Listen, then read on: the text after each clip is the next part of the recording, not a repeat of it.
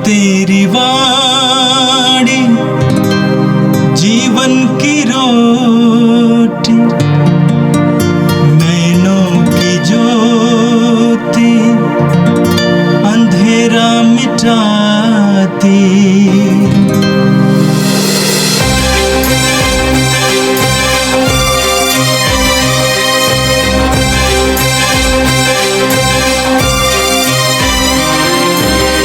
प्रभु तेरी वाणी जीवन की रोटी, नैनों की ज्योति अंधेरा मिटाती। प्रभु तेरी वाणी जीवन की रोटी, नैनों की ज्योति अंधेरा मिटाती। वाणी वाणी वाणी वाणी वाणी पवित्र है, शाश्वत है, जीवन का मन्ना है।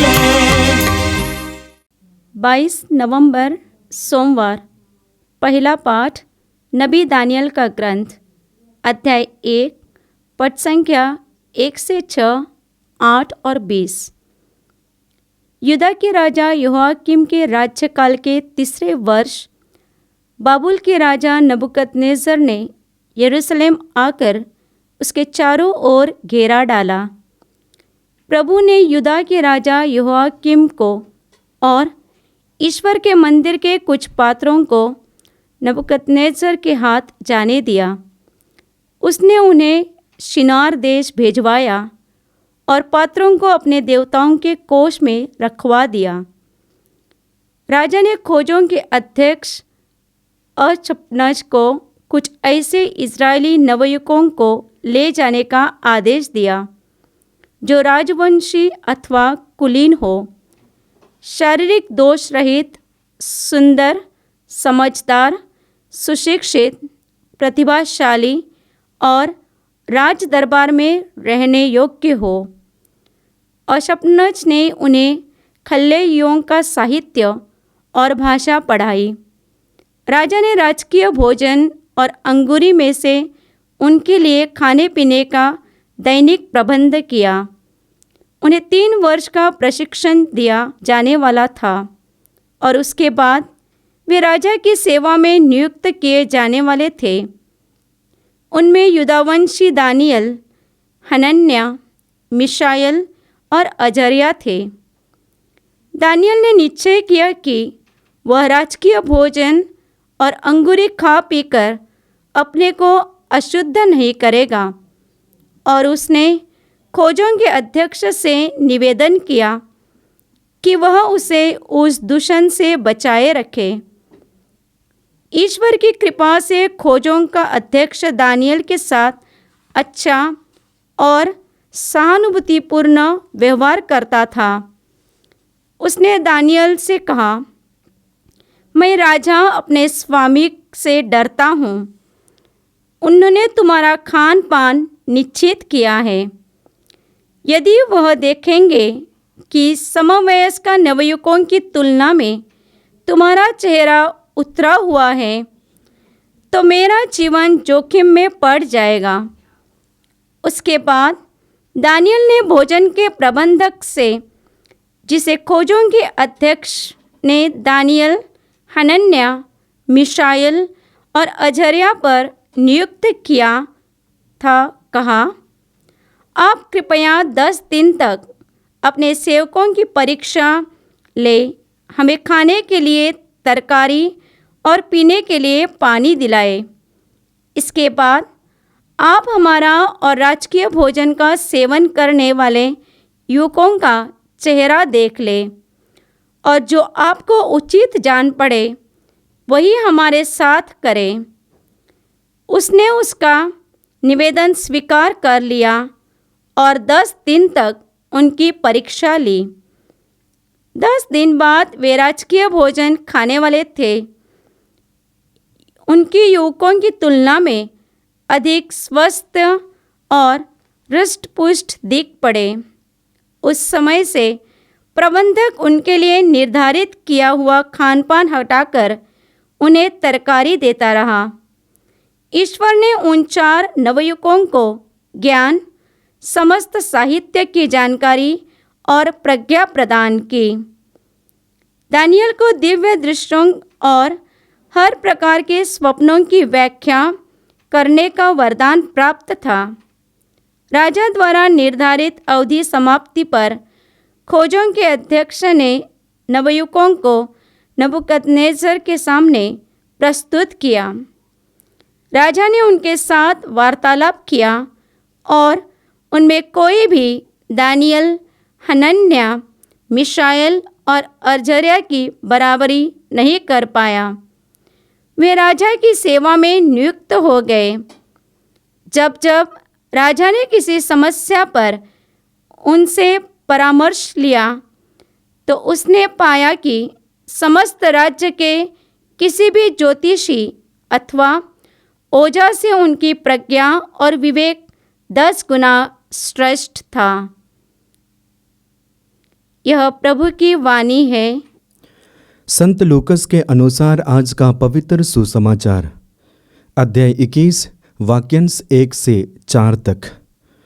उन्होंने एक विधवा को 2 अधेले डालते हुए देखा। यीशु ने आंखें ऊपर उठाकर देखा कि धनी लोग खजाने में अपना दान डाल रहे हैं। उन्होंने एक कंगाल विधवा को भी 2 अधेले डालते हुए देखा और कहा, मैं तुम लोगों से सच कहता हूँ, इस कंगाल विधवा ने उन सबों से अधिक डाला है। उन्होंने तो अपनी समृद्धि में से दान दिया, परंतु इसने तंगी में रहते हुए भी जीविका के लिए अपने पास जो कुछ था वह सब दे डाला। यह प्रभु का दिव्य सुसमाचार है। क्रिस्त प्रभु की जय। क्रिस्त में प्यारे भाइयों और बहनों, आज का पहला पाठ हम दानियल के ग्रंथ से पढ़ते हैं और इस ग्रंथ का रचना काल 165 ईस्वी को माना जाता है। आज के प्रथम पाठ में हम विशेष रूप से मनन चिंतन करेंगे भोजन के प्रलोभन के बारे में।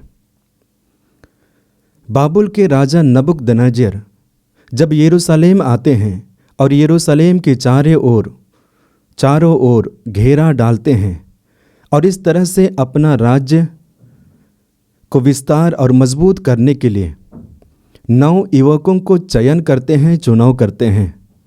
और राजा के अनुसार ये 9 युवकों का प्रशिक्षण 3 वर्षों के लिए किया जाना चाहिए था।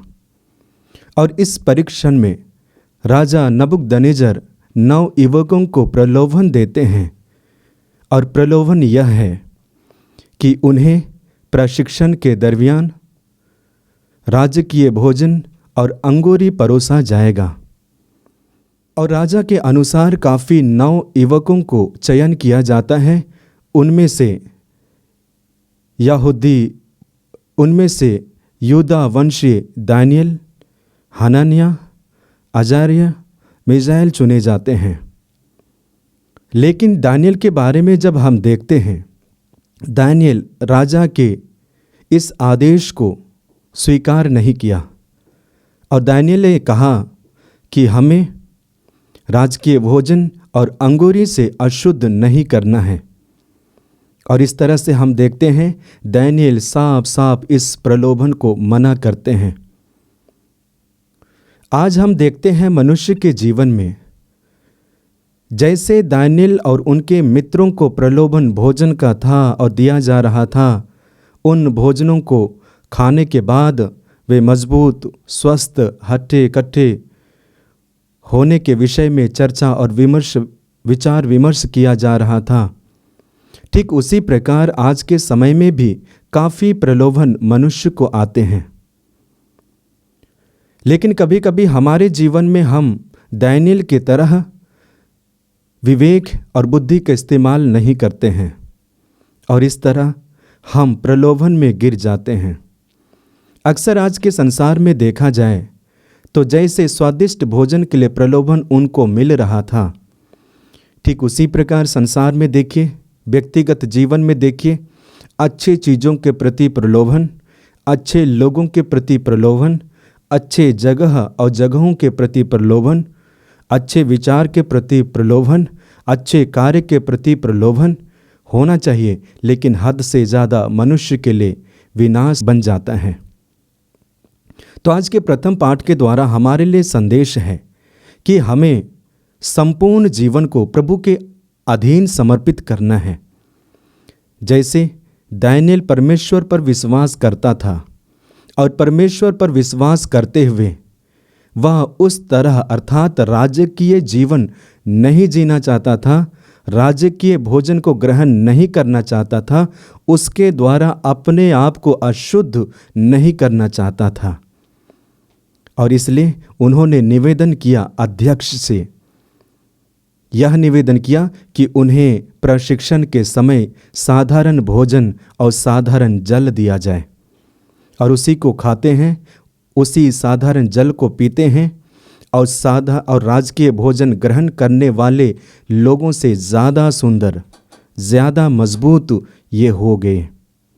और इस तरह से अंत में हम देखते हैं ईश्वर उन्हें वरदान देते हैं, भविष्यवाणी और स्वप्न को जानने, अर्थ निकालने का वरदान उन्हें मिलता है।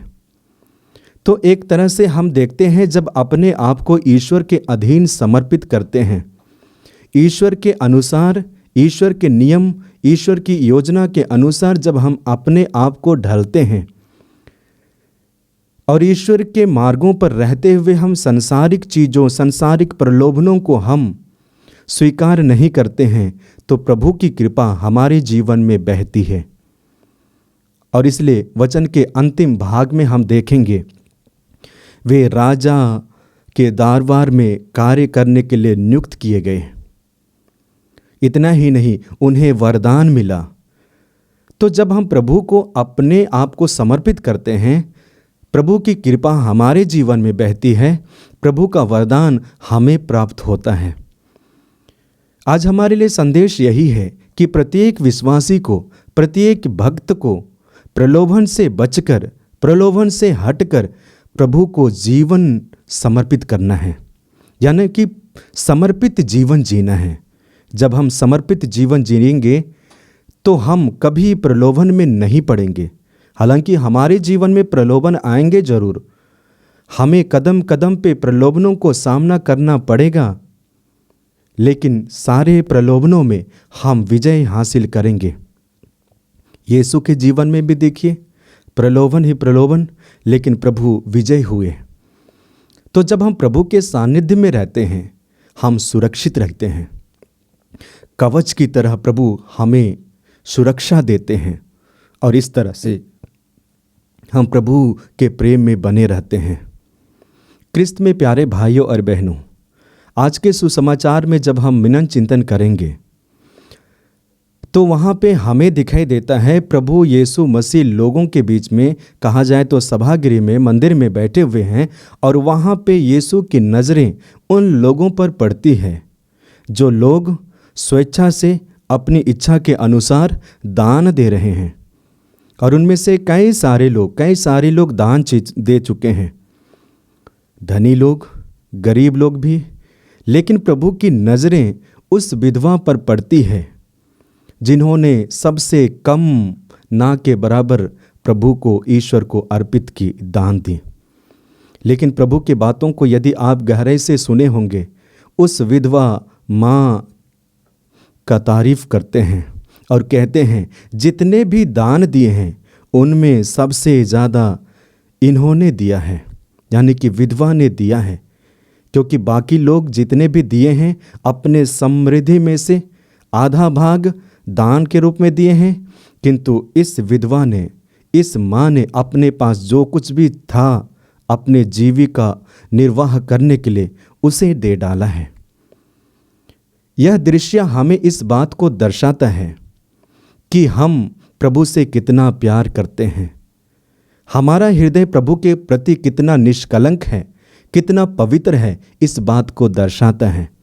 और यदि आज के सुसमाचार में गहराई से मनन चिंतन करेंगे तो हमें मुख्य रूप से 3 बातों पर मनन चिंतन करने के लिए एक तरह से अवसर प्राप्त होता है।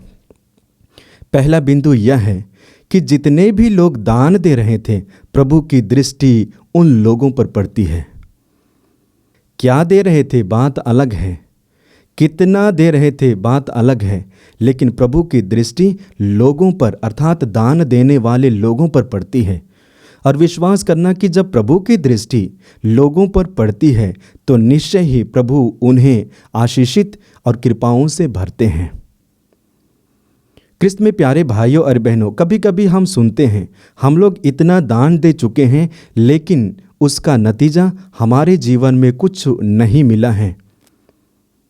कभी कभी सुनने को मिलता है, लेकिन विश्वास करना जब भी हम दान देते हैं या तो प्रत्यक्ष अप्रत्यक्ष प्रकट अप्रकट रूप से सब कुछ को ईश्वर जानते हैं, सब कुछ को ईश्वर देखते हैं, क्योंकि ईश्वर की दृष्टि हमारे ऊपर पड़ी रहती है। दूसरा बिंदु पर हम मनन चिंतन कर सकते हैं, वह यह है प्रभु दान देने वाले लोगों के हृदय को देखते हैं। प्रभु ये नहीं देखते हैं कि हम क्या दे रहे हैं, प्रभु ये नहीं देखते हैं कि हम कितना मात्रा में दे रहे हैं, प्रभु ये नहीं देखते हैं कि हम क्या और कैसे और कहाँ किसको दे रहे हैं, बल्कि प्रभु देने वाले व्यक्तियों के हृदय को देखते हैं और उसी के अनुसार उन्हें वरदान और फल देते हैं। इसलिए हम देखेंगे उत्पत्ति के ग्रंथ में पढ़ते हैं कैन और हाबिल के बारे में। दोनों अपनी अपनी इच्छा के अनुसार, अपनी अपनी सुविधा के अनुसार ईश्वर को भेंट चढ़ाई, लेकिन उनमें ईश्वर ने हाबिल के भेंट को स्वीकार किया। क्यों किया, इसके बारे में गहराई से हम मनन चिंतन करेंगे तो हमें मिलेगा या निष्कर्ष हम पाएंगे कि हाबिल का जीवन, हाबिल का हृदय पवित्र था, निष्कलंक था, छल कपट का भावना उनके अंदर में नहीं था।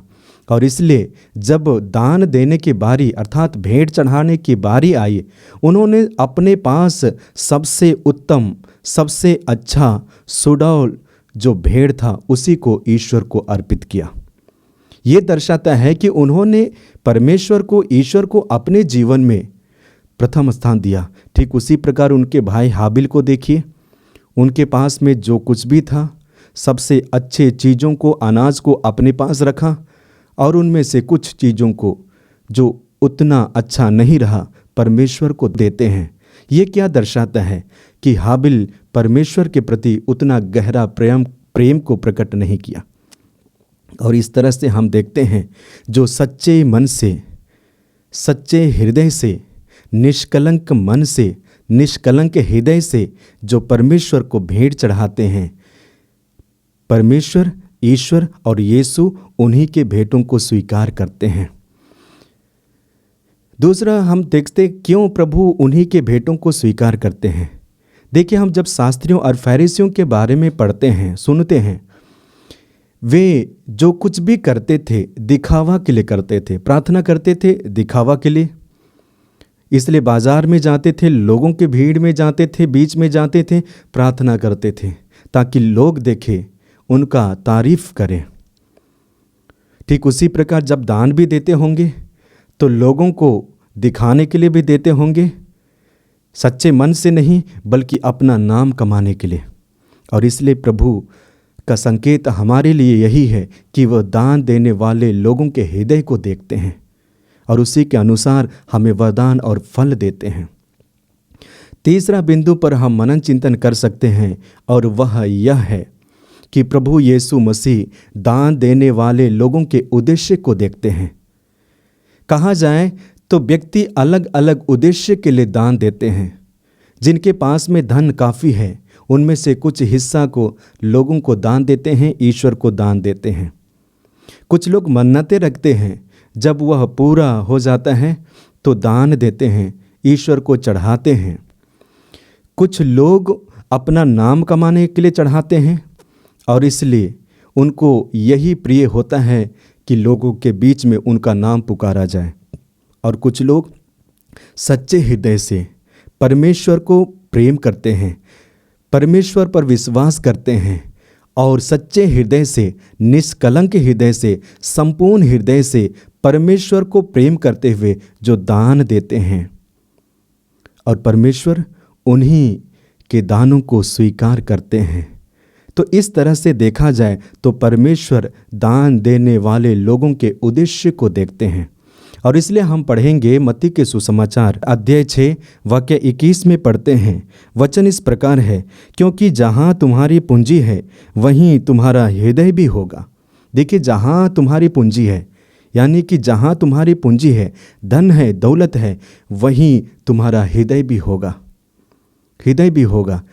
इस तरह से हम देखते हैं हमारा स्वभाव, हमारा विचार, हमारा उद्देश्य अलग अलग हो सकता है, लेकिन परमेश्वर हमारे हृदय को देखते हैं, साफ हृदय को देखते हैं। मत्ती के सुसमाचार अध्याय 12 वाक्य 7 में पढ़ते हैं, प्रभु कहते हैं, मैं बलिदान नहीं चाहता हूँ बल्कि दया चाहता हूँ। प्रभु कहते हैं कि मैं बलिदान नहीं चाहता हूँ बल्कि दया चाहता हूँ, प्रेम चाहता हूँ, करुणा चाहता हूँ। और आज के यह घटना, यह दृश्य इसी बात को दर्शाता है। तो ख्रिस्त में प्यारे भाइयों और बहनों, आइए कुछ पल हम अपनी आँखों को बंद करें। आंखें बंद कीजिए, अपने आप को प्रभु के हाथों पे समर्पित कीजिए, संपूर्ण जीवन को प्रभु के चरणों पे समर्पित कीजिए। प्रथम पाठ के द्वारा हमारे लिए संदेश मिला कि हमें किसी भी प्रलोभन में नहीं गिरना है, प्रलोभन से दूर रहते हुए परमेश्वर से जुड़ना है, ईश्वर से जुड़कर जीवन बिताना है, और तब हमें ईश्वर की कृपा प्राप्त होंगी। आज के सुसमाचार में हम लोगों ने देखा कि अपने संपूर्ण जीवन को कैसे ईश्वर के समक्ष ला सकते हैं। हमारे जीवन में, हमारे अंदर में जो ईश्वर के प्रति प्रेम है, कैसे प्रकट कर सकते हैं दान के द्वारा। और उस विधवा माँ हमारे लिए एक आदर्श है। अपने पास कुछ भी नहीं रखा, सब कुछ को परमेश्वर को दे दी। ये दर्शाता है कि वह परमेश्वर पर पूरा पूरा भरोसा की, परमेश्वर पर, ईश्वर पर, यीशु पर पूरा पूरा विश्वास की, भरोसा रखी कि भले ही मेरे पास खाने के लिए अन्न नहीं है, खरीदने के लिए पैसे नहीं हैं, किंतु परमेश्वर मुझे देखेंगे, परमेश्वर मुझे संभालेंगे, परमेश्वर मेरे लिए प्रबंध करेंगे। और इसी विचार के साथ, इसी विश्वास के साथ उन्होंने सब कुछ को प्रकट किया, सब कुछ को ईश्वर को चढ़ाई। आइए, हमारे पास में काफ़ी टैलेंट्स हैं, गुण हैं, संपत्ति भी है, प्रभु को अर्पित करें। प्रभु से प्रार्थना करें कि प्रभु हमें आशीष देना, ताकि इस माँ की तरह हम भी कर पाएं, हम भी आदर्श लोगों के लिए बन पाएं। पिता और पुत्र और पवित्र आत्मा के नाम पर आमीन। प्रभु तेरी वाणी जीवन की रोटी, नैनों की ज्योति अंधेरा मिटाती। वाणी वाणी वाणी वाणी वाणी पवित्र है, शाश्वत है जीवन का मन।